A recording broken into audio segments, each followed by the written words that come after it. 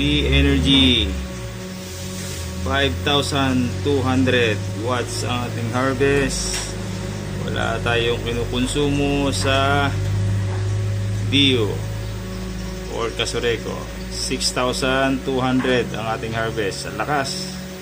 Ang konsumo natin ay 2,770. The rest ay diretso sa battery. Diretso sa ating mga appliances sa bahay. Diretso sa battery charge. 0 sa ating Casoreco dito sa Bicol. Bumababa yung harvest natin, kumukulimlim. Pag uminit, palo na naman siya. So still harvesting. 3,400, 500.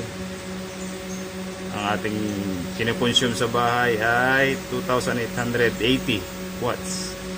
0 ang ating Casoreco. Wala tayong binibili.